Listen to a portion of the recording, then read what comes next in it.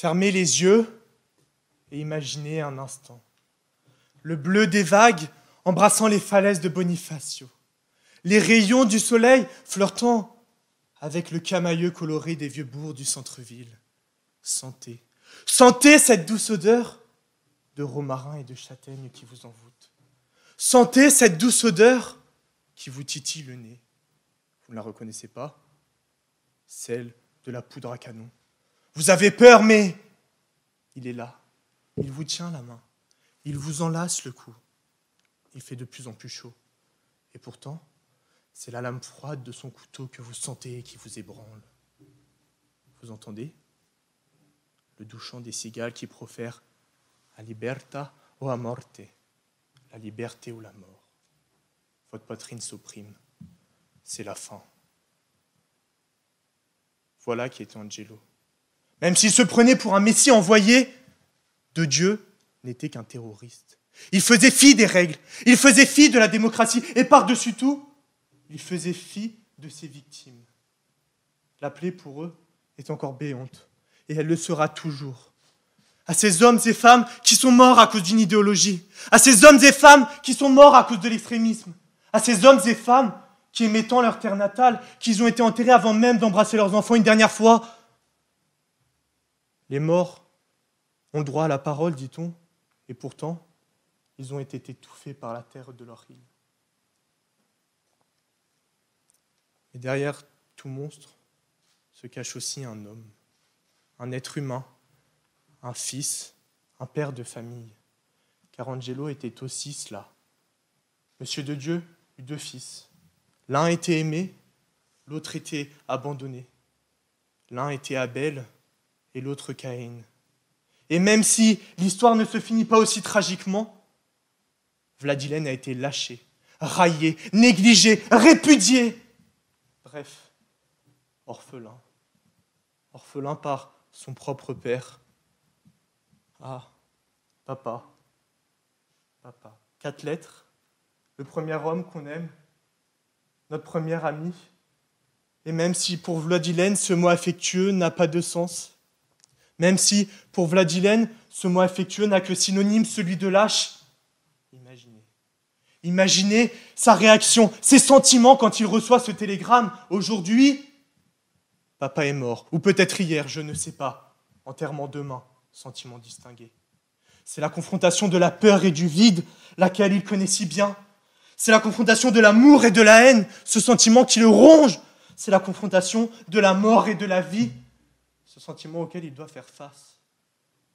Et a fortiori, c'est sa confrontation d'un frère à un autre, ce sentiment d'injustice lequel il doit combattre.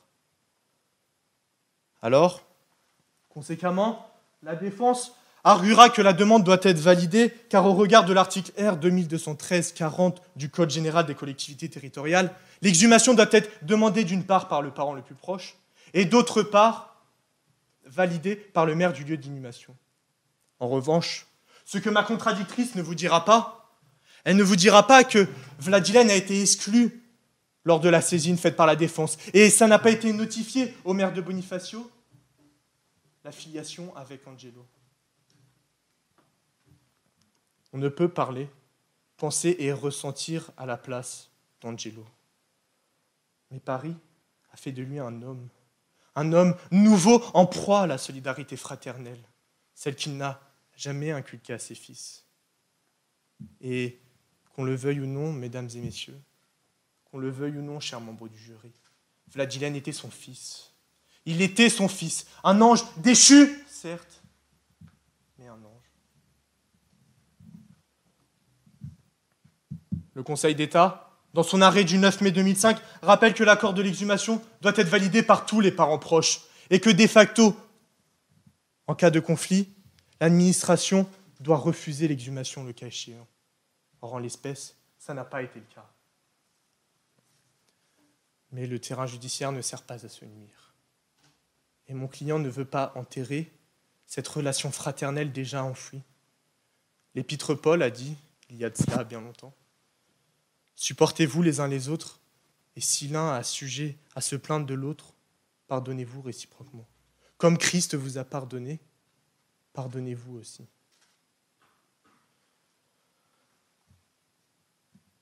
Mesdames et messieurs, ma plus intime ambition, ma plus intime conviction, mais surtout celle de Vladilène, c'est cette quête, celle du pardon. Pardon pour ne pas avoir pu assister à mes premiers pas. Pardon pour ne pas avoir pu voir mes premiers dessins, ma première copine et mon premier bal de lycée. Pardon pour ne pas avoir pu assister à mes premiers concours d'éloquence et me voir plaider devant tant de ténors du barreau. Pardon, papa, car au fond, je voulais être toi, celui que tu es devenu, le Parisien talentueux et impétueux, celui qui harangue les foules et crie à la paix, celui qui clame liberté en troquant son arme par une fleur. Aujourd'hui, on pleure et on aime. Accompagnée de la blanche colombe qui sème sur son trajet les pétales de laurier, elle nous aide dans le chemin, celui du pardon, parce que le pardon, quel repos.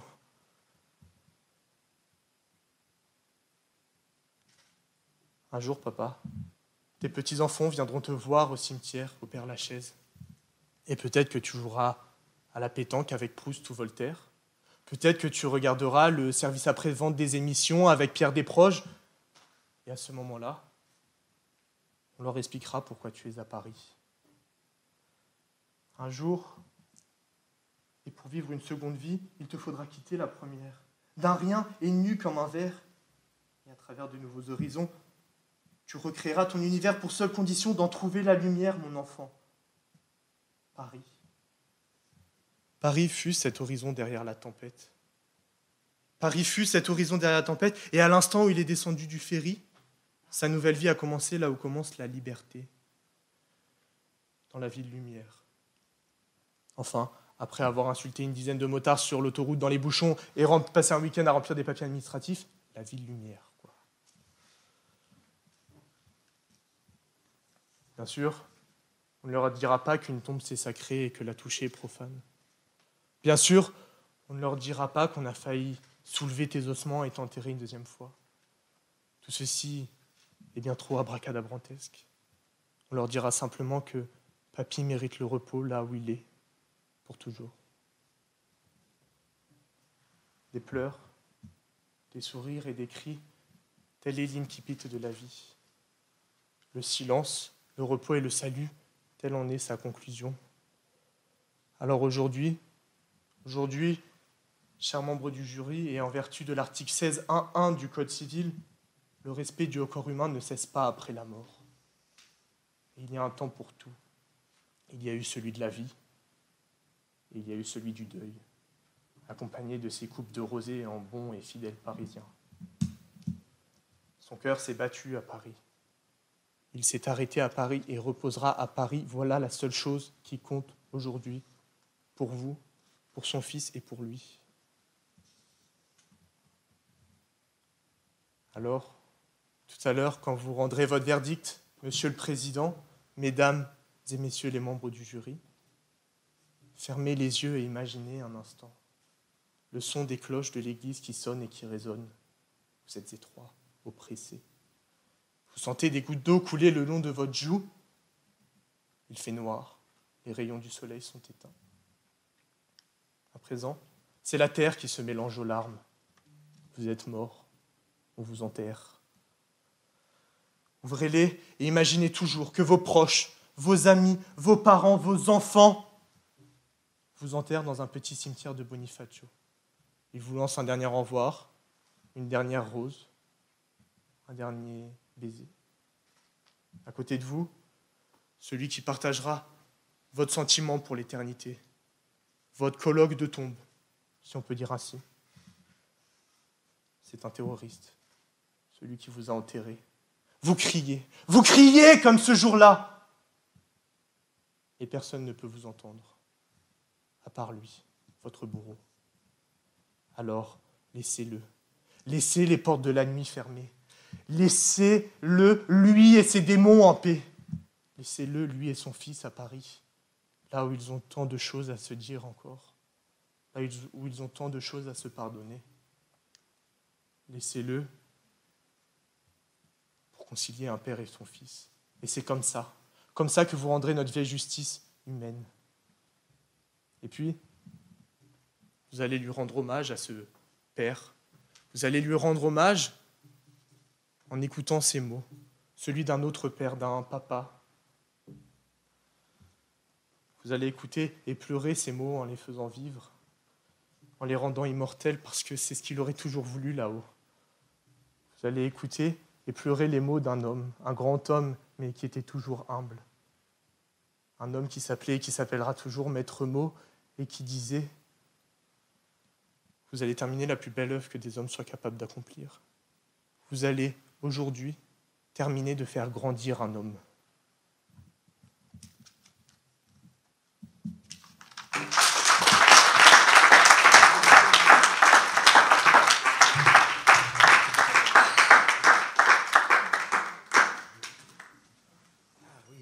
On n'a pas le droit d'applaudir. Merci, maître. La parole est à l'avocat de la défense, Madame Elsa Semroud.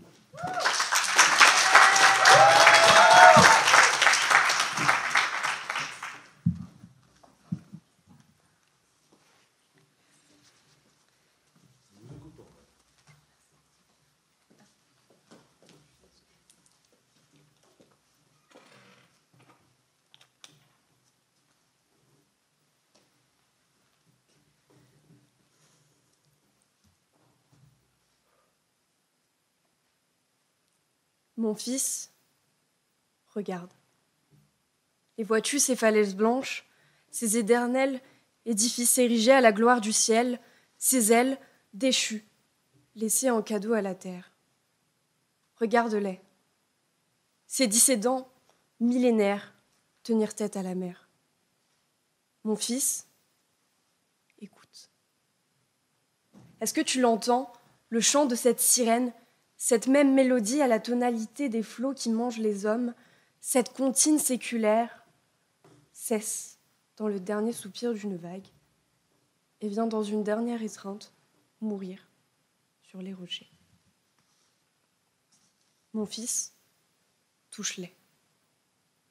Touche ces feuilles d'olivier du bout de tes doigts, ces vieillards creusés par la rudesse du soleil, leurs ombres s'allongent au gré des longues siestes d'été.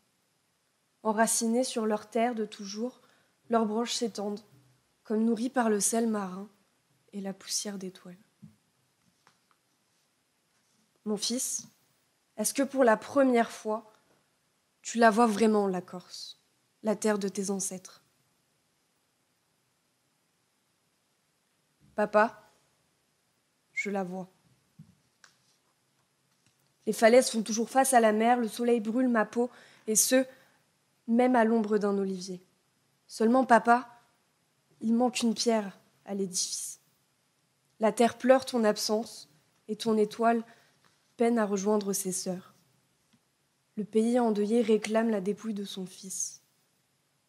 Je regarde notre terre, elle sanglote. Monsieur le Président, Mesdames, Messieurs du tribunal, j'ai une nouvelle de la plus haute importance. Nous allons tous mourir. La triste nouvelle vous aura peut-être surpris autant que moi, et pourtant notre finitude est peut-être bien la seule certitude à laquelle on puisse se raccrocher. Un jour, tout va bien, on profite de ses proches, on rit aux éclats, et l'instant d'après, bam! Accident de la route, nous voilà rendus à l'état primaire d'Achille Parmentier sur un pare-brise. Notre temps sur Terre touchera un jour à sa fin. Pour certains, plus rapidement que d'autres. D'ailleurs, j'ai une pensée toute particulière à ma grand-mère qui regardera peut-être cette vidéo si notre chère association la sort à temps. Faites vite. Monsieur le Président, Mesdames, Messieurs du tribunal, nous sommes donc réunis aujourd'hui à la demande de Monsieur Vladilin de Dieu, fils du défunt. Ce dernier s'oppose à l'exhumation du corps de son père en se basant sur l'article 16.1.1 du Code civil ainsi que les articles R 2213-40 à 2213-42 du Code général des collectivités territoriales. Penchons-nous donc sur ces articles qui mettent en lumière 3 éléments cruciaux. l'article 16 du Code civil nous rappelle, à raison, que le respect du corps humain ne cesse pas avec la mort et que les restes, les dépouilles, doivent être traités avec dignité. L'article R 2213-40 dispose que la demande d'exhumation doit être faite par le plus proche parent du défunt et qu'une autorisation doit être délivrée par le maire de la ville vers laquelle le corps sera déplacé. Une affaire similaire a été traitée par la Cour d'appel de Bordeaux dans un arrêt du 28 février 2012. Une veuve souhaitait faire exhumer le corps de son mari dans le caveau familial nouvellement construit afin qu'elle puisse reposer à ses côtés, le mari ayant été enterré dans le caveau de la famille de madame. Pour des raisons obscures, son fils s'y est opposé. À degré égal de parenté, pour les deux parties, la décision semble difficile. La jurisprudence a pourtant donné raison à la veuve. Cette dernière, n'ayant pas les moyens financiers à l'époque de faire construire un caveau, avait dû prendre une décision dans la précipitation. Elle souhaitait être enterrée avec son mari dans le village où ils avaient vécu. Et justice a été rendue.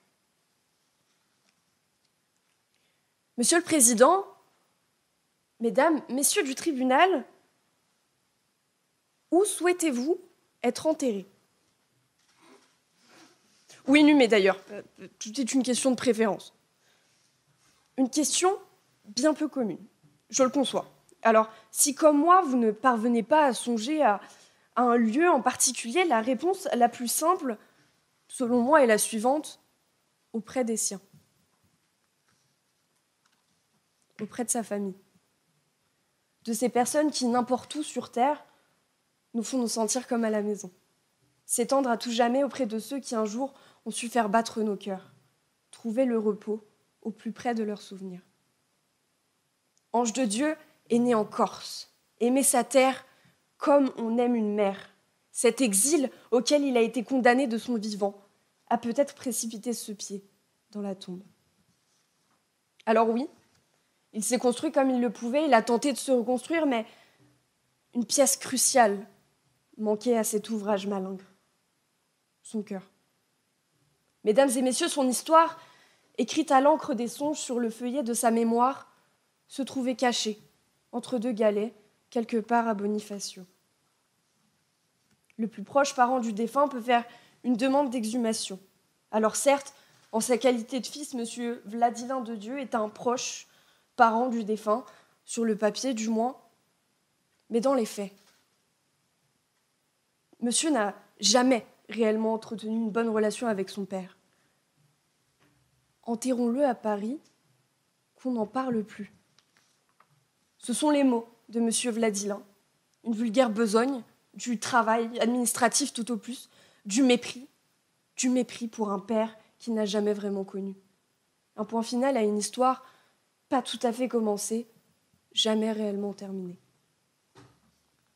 Une pierre tombale parmi tant d'autres, condamnée à noircir et prendre poussière, une carcasse qui, à l'image des fleurs flétries par l'abandon, sans nom, déracinée, se voit mourir une seconde fois. Monsieur le Président, Mesdames, Messieurs du tribunal, nous ne faisons pas ici le procès d'un fils indigne. Simplement, pourquoi cette pierre tombale qui n'a jamais éveillé un quelconque intérêt chez monsieur déchaîne-t-elle aujourd'hui les passions ? Pourquoi s'attacher à une pierre tombale clandestine en cette terre qui n'est pas la sienne ? Pourquoi s'attacher au souvenir d'une tombe plutôt qu'à honorer la mémoire de celui qui l'habite ? Pourquoi ? Paolo de Dieu aimait son père. La nouvelle de l'accident l'a prise de court. Un instant, il décroche son téléphone. L'instant d'après, une première poignée de terre couvre le cercueil de son père. Dans la précipitation, il se trompe de dernière demeure. Imaginez, mesdames et messieurs, ce pincement dans la poitrine à voir la tombe de son père bafouée. Pouvez-vous imaginer la douleur à ne pas l'avoir fleuri ? Avoir la mémoire d'un être qu'on a tant aimé et qu'on a appris à aimer durant toute sa vie, réduite à un vulgaire fardeau. Mon très cher contradicteur, la libertà o la morte, la liberté ou la mort. Maître, comment osez-vous aujourd'hui ici, faire le procès d'un homme mort? Comment osez-vous le traiter d'assassin, le traiter de terroriste, alors qu'aujourd'hui même nous sommes réunis ici afin d'honorer sa mémoire et d'essayer de lui faire honneur? L'étranger de Camus, quelle citation intéressante. L'étranger, oui, c'est ce qui était finalement Vladilin pour son père, Ange pour Vladilin peut-être. Mais si ce que vous dites est vrai, et que Vladilin ne cherche pas à assassiner sa relation fraternelle, cherche à tendre l'autre joue, pourquoi refuse-t-il de laisser son père reposer en paix? Pouvez-vous simplement imaginer le poids du souvenir que M. Paolo porte sur la poitrine? Ne pas être capable de vivre avec ses souvenirs en sachant que son père ne repose pas en paix. Monsieur le Président, Mesdames et Messieurs du tribunal, je vous le demande donc, je le demande, à ce titre l'autorisation de l'exhumation de la dépouille de Monsieur Ange de Dieu vers Bonifacio. Je demande la condamnation de la partie adverse au paiement des frais irrépétibles sur le fondement de l'article 700 du Code de procédure civile. Je vous demande d'honorer la mémoire de monsieur afin qu'il puisse reposer en paix. Papa, est-ce que tu le vois? Entre les galets gris qui font face à l'infini, il était caché entre deux petits rochers. J'ai maintenant les mains pleines de songes. Je l'ai retrouvé, le petit feuillet de ta mémoire. Papa, au revoir.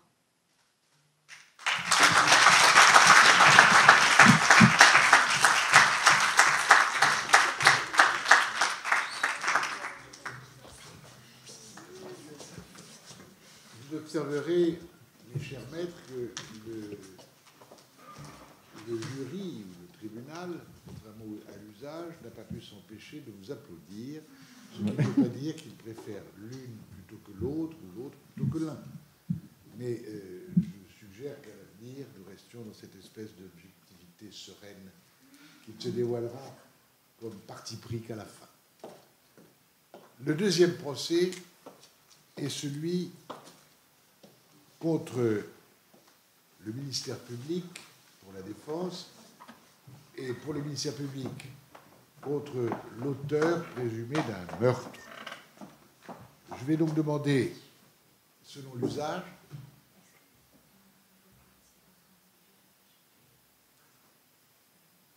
qu'on fasse les retours individuels après chaque mois. Bon, alors chacun de nous parle quelques secondes.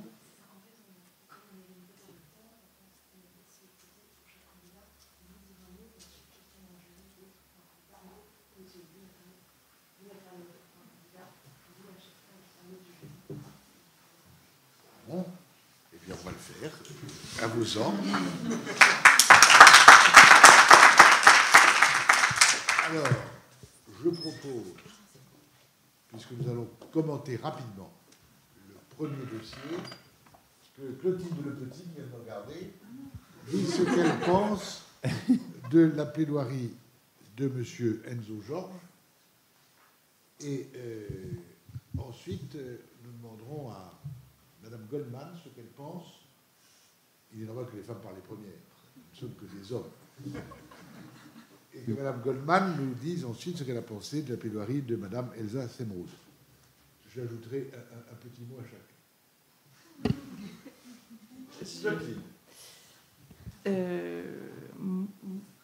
C'était intéressant. Alors, je ne parlais pas comme ça quand j'avais votre âge, et du coup, moi, je suis très impressionnée. Voilà. Oui. Vraiment.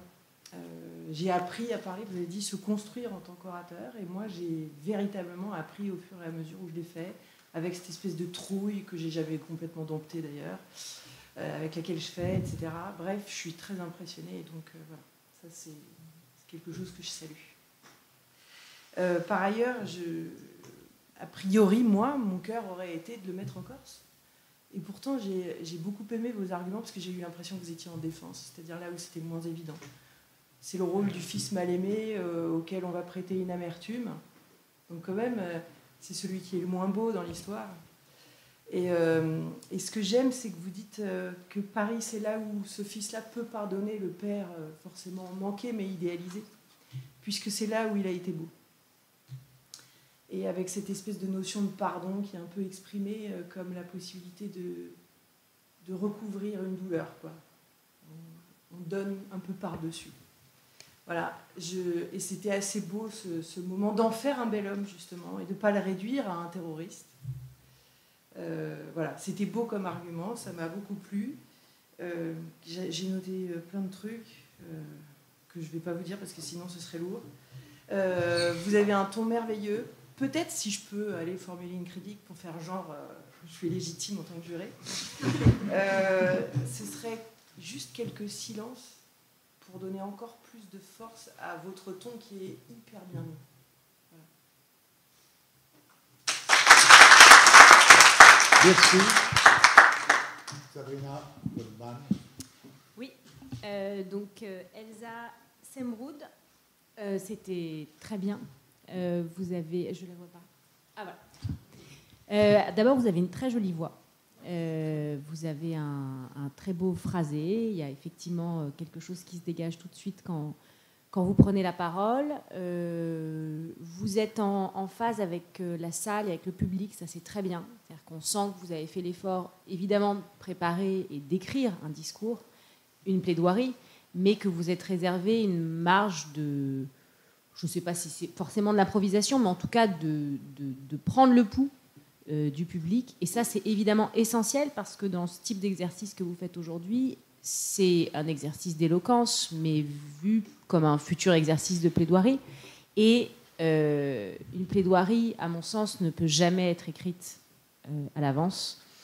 Alors, je ne suis pas civiliste, je suis pénaliste. En pénal, je vous dirais à 100%, on n'écrit pas à l'avance parce que tout se joue à l'audience et que si vous préparez une défense en imaginant que tel aspect du dossier va être un gros caillou dans la chaussure, si ça se trouve, ça va passer complètement inaperçu et inversement, un détail du dossier va prendre une ampleur pendant les débats. Donc, il faut absolument s'adapter. Je dirais, même en civil, juridiction que je fréquente beaucoup moins, mais là aussi, il y a moins de débats, mais il y a quand même le pouls à prendre de l'écoute des magistrats, évidemment de répondre et de réagir par rapport à la plaidoirie du contradicteur. Donc là où c'était très bien, c'est que effectivement on sentait que c'était vivant et il y avait une faculté d'adaptation au public, à ce qui venait d'être dit par votre contradicteur. C'était très bien, il y avait du rythme aussi, c'est-à-dire qu'il y avait des ruptures de ton entre des moments effectivement d'évocation où on a envie de projeter l'auditeur vers la Corse, vers toutes les images que vous évoquez, des traits d'humour. Donc voilà, tout ça donne des belles ruptures de ton. Qu'est-ce que j'ai noté ? Alors, si peut-être un petit regret, c'est que finalement, vous n'avez pas, et je pense l'un et l'autre, à mon sens, exploiter la notion juridique forte quand même de votre dossier, qui est le respect dû au corps humain. C'est quand même ça, me semble-t-il, le thème. Vous avez tous les deux approfondi des choses très inattendues. Vous avez été assez loin dans l'analyse psychologique des ressorts du dossier. Donc vous avez rendu ce dossier très humain. Il l'est évidemment par son sujet. Mais finalement, je me demande comment vous auriez pu peut-être raccrocher ce droit à l'humain. Parce que c'est quand même ça l'enjeu, et notamment dans une affaire pareille, c'est convaincre les juges. On convainc des juges, ce sont des humains, des individus, donc on essaie de les toucher. Mais tout ça doit se raccrocher au droit. Donc comment faire en sorte que le droit soit humanisé et que le droit les touche. Et en l'occurrence, vous parlez de respect dû au corps humain. Je pense qu'effectivement, c'est ce que vous avez voulu dire, mais on aurait pu plus insister peut-être sur respecter le corps humain. Ça n'est pas que respecter un corps, c'est respecter une mémoire, c'est respecter un souvenir, c'est respecter une histoire, c'est respecter une famille. C'est ce que vous avez voulu dire, mais je pense que la boucle aurait été encore plus bouclée de raccrocher tout ça au principe de droit que vous défendiez aujourd'hui. Et bravo. Alors, j'ai compris que je devais mêler à ces propos remarquables mon grain de sel, et donc je vais le faire. D'abord, sans aucune flagornerie, je vous dirai à l'une et à l'autre, ou à l'un et à l'autre, que vous avez à l'évidence la passion de la parole et des qualités pour l'exprimer. Et c'est très réconfortant de voir que votre génération, je parle comme étant votre grand-père, votre génération assure une pérennité remarquable à l'éloquence pour l'avenir, et vraiment, je vous en remercie. Vous avez en plus, dans votre expression, manifesté des qualités de sensibilité, des qualités de cœur, avec un imaginaire qui sous-tend ces expressions, qui rapprochent de la nature, des sensations essentielles d'odeur, de parfum, tout ça c'est parfait. Simplement, ce ne sont pas vraiment des plaidoiries. Et je vais vous dire pour quelle raison. Je crois qu'il faut que vous ne perdiez pas de vue que ce n'est pas le concours de la conférence, mais un exercice de plaidoirie. D'abord, premièrement, dites toujours pour qui vous plaidez. Commencez par cela. Je vous le dis pour l'avenir qui sera le vôtre. Ce n'était pas forcément évident. On avait les notes. Mais quand même, rappelez pour qui vous plaidez. En deuxième lieu, rappelez aussi quel est l'objet du procès. Et donc, la thèse et l'antithèse qui vont se confronter. Et troisièmement, expliquez quelle thèse vous défendez avec, sans rien en retrancher, tous les éléments que vous avez énumérés, aussi bien sur le plan affectif que sur le plan intellectuel ou le plan juridique. Mais c'est important parce que ce sera comme ça demain. Quand vous allez être avocat et de grands avocats ou avocates, il faudra que le juge sache tout de suite pour qui vous plaidez, quel est l'objet de la confrontation entre les deux parties, comme s'il ne savait rien, et quelle est la thèse que vous soutenez, et ensuite vous développez. Et alors, une dernière remarque que en ma qualité d'ancien vice-président national de la LICRA et président de la commission juridique, quelque temps avant Sabrina Goldman, j'ai cru entendre Abel et Caïn. J'ai trouvé assez étonnant qu'on identifie Caïn à Caïn. Je n'en ai pas tiré de conséquences au plan d'antisémitisme, mais tout de même, c'est Abel et Caïn. En tout cas, bravo et merci.